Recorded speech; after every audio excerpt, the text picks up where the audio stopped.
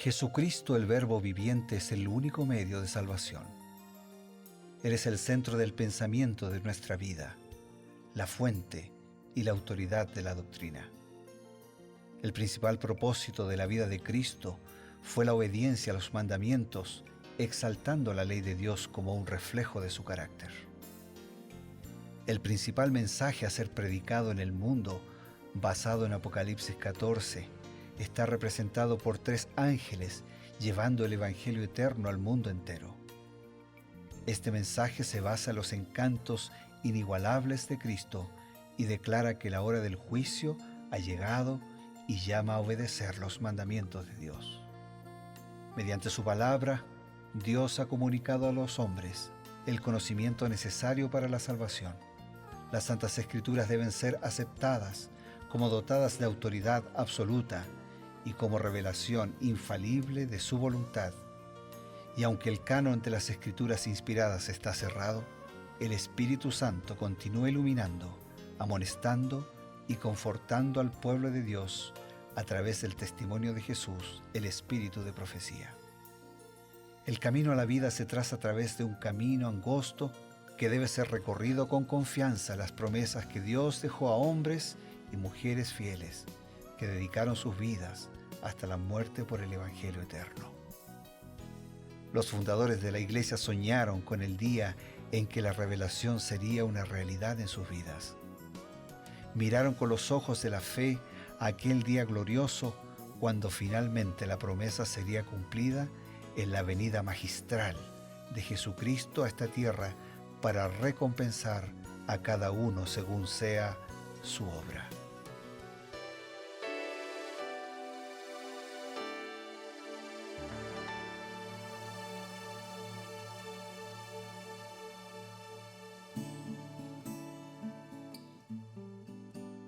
Tenemos siempre la grata alegría de, al comenzar este programa que ustedes conocen, que nosotros presentamos, Creed en sus profetas, podemos obtener una vislumbre más acuciosa, más profunda de la voluntad de Dios. No porque tenemos ideas iluminadas, sino porque en realidad recibimos la iluminación que viene a través de la palabra de Dios y el consejo inspirado del Espíritu de profecía. Para esta tarea, como cada día, nos congregamos, nos convocamos en torno a esta mesa juntamente con el pastor Bruno Razo. Gracias, Pastor Eber, gracias a Dios por esta convocatoria, gracias a Dios por responderle nosotros a esa convocatoria y también por responder tantos amigos y hermanos hoy para encontrar nuevas lecciones comentadas por Elena de White en relación al capítulo 15 de Primera de Reyes. A lo largo de estos capítulos hemos estado viendo los sucesores de Salomón.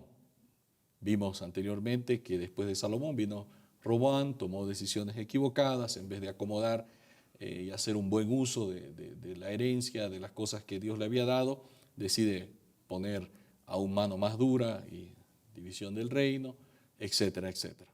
Ahora estamos, ¿no?, con diferentes reyes, tanto en el reino del norte, en el reino del sur. La mayoría de los reyes del norte, por causa de que el primer rey de Israel, que eran las 10 tribus, fue idólatra, comenzó bien, terminó mal, muy mal. Los otros también siguieron en su mayoría su ejemplo. Mientras Jeroboam reinaba en Israel, Abián reinó en Judá.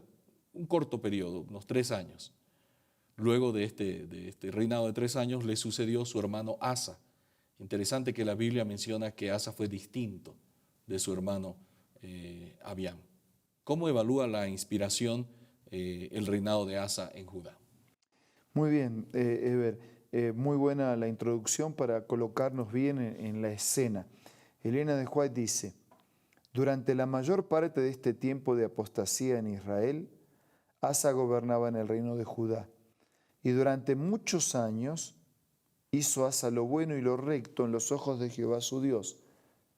¿Por qué hizo lo bueno y lo recto? Porque quitó los altares del culto ajeno, los altos, quebró las imágenes, taló los bosques y mandó a Judá que buscasen a Jehová, el Dios de sus padres, y pusiesen por obra la ley y sus mandamientos. Quitó asimismo de todas las ciudades de Judá los altos y las imágenes, y estuvo el reino quieto delante de él. O sea, durante muchos años hizo lo bueno. ¿Qué era lo bueno que hizo? Destruyó y construyó. Claro. ¿Qué es lo que destruyó? Todo aquello que vinculaba con cultos idolátricos, paganos, a dioses falsos, inexistentes, imaginarios. Mandó a destruir todo eso. ¿Y qué es lo que construyó? ¿Qué es lo que reedificó? Reedificó el culto, reedificó la confianza en Dios, reedificó el respeto por los mandamientos, por la ley, por la fe, por la obediencia a Dios. Por eso digo, ¿cómo resumimos lo bueno? Destruyó y construyó. ¿Qué es lo que destruyó? Todo aquello que tenía que ver con la apostasía, con el paganismo, con la idolatría. ¿Qué es lo que construyó? Todo aquello que acercaba a las personas definitivamente a Dios. Y fue muy diferente de su hermano porque realmente Abián reinó mal, siguió las costumbres de los reyes paganos, pero Asa cambió, ¿no?, su enfoque y se concentró en seguir a Dios. Sí, así fue. Cada vez que alguien pone su mira hacia Dios, hacia el cielo y hacia la eternidad, está caminando en el sendero justo. Mientras tanto, continúan a veces las historias así, ¿no? En Israel reinaba Jeroboam, murió y le sucedió su hijo Nadab. ¿Qué vislumbres nos da de este reinado y lo que sucedió posteriormente del hijo de Jeroboam, el que había traído el oprobio y la apostasía a las 10 tribus del norte? Elena de White nos dice lo siguiente. Nadab, hijo de Jeroboam, ocupó el trono de Israel tan solo durante algunos meses.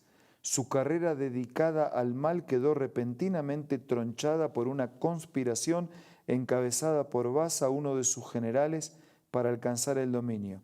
Mataron a Nadab con toda la parentela que podría haberle sucedido, conforme a la palabra de Jehová que él habló por su siervo Ahías Silonita, por los pecados de Jeroboam que él había cometido y con los cuales hizo pecar a Israel.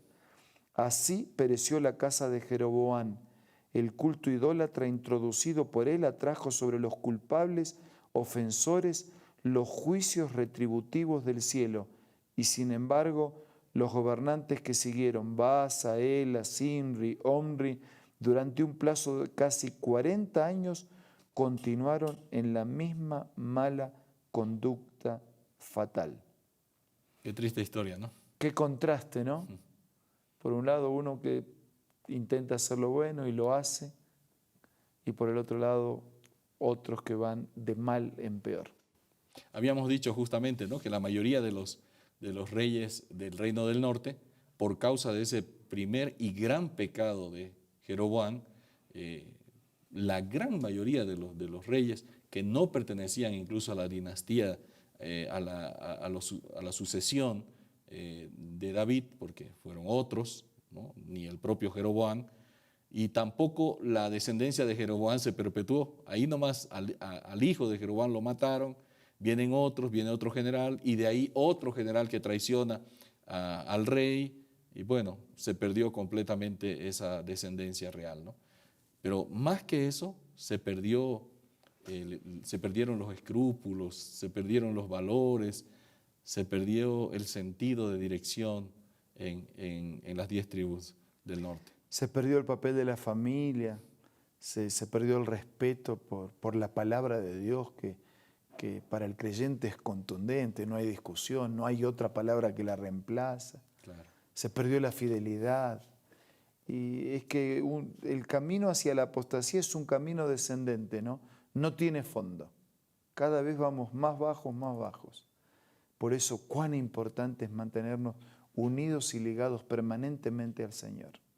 Y esto nos da a entender una cosa, que Dios da oportunidades, incluso soportó por muchos años a estos reyes idólatras, dándoles oportunidades, pero ellos no supieron aprovecharlas y, como bien mencionó, el camino descendente fue cada vez más profundo hasta que ya no tuvo retorno. Sí, es muy buena tu colocación, porque Dios no solamente se ocupó de sus hijos, ¿no? De su pueblo, dándole oportunidades para creer o para arrepentirse cuando hicieran mal. Dios también se ocupó para llegar a los otros pueblos que nada conocían de Él. Más todavía, Él usó como su primer instrumento para ganar o para llegar con el mensaje a los otros pueblos, a su propio pueblo. Claro. Y en eso el pueblo también le falló. Porque en esa conducta errada no solo estaban arruinando su vida, sino que estaban imposibilitándose de ser instrumentos para salvar a otros. Qué triste historia. Amigos, nosotros aprendemos grandes lecciones de estas experiencias. Tenemos que aprender a extraer lecciones positivas de experiencias negativas. ¿Cómo? Evitando cometer estos mismos errores, estos mismos tropiezos. Somos responsables por nuestras decisiones delante de Dios. Y ahora vamos a recibir un consejo, enseguida retornamos. ¿Qué tal? Presta mucha atención a esta cita. Jacob prevaleció porque fue perseverante y decidido. Su experiencia atestigua el poder de la oración insistente. Este es el tiempo en que debemos aprender la lección de la oración que prevalece y de la fe inquebrantable. Las mayores victorias de la Iglesia de Cristo o del cristiano no son las que se ganan mediante el talento o la educación, la riqueza o el favor de los hombres. Son las victorias que se alcanzan en la cámara de audiencia con Dios, cuando la fe fervorosa y agonizante se hace del poderoso brazo de la omnipotencia. Qué lindo, ¿verdad? Esta cita tú la encuentras en el libro La Oración, escrito por Elena G. de White. No puedes perder este maravilloso libro de tu biblioteca personal. Así que te invito una vez más a que visites la página www.aces.com.ar o también puedes hacerlo visitando una iglesia adventista del séptimo día cerca o próximo del lugar donde tú te encuentres. También, si te gustan las aplicaciones y la tecnología, descárgalo como Elena G. de White del App Store o del Play Store.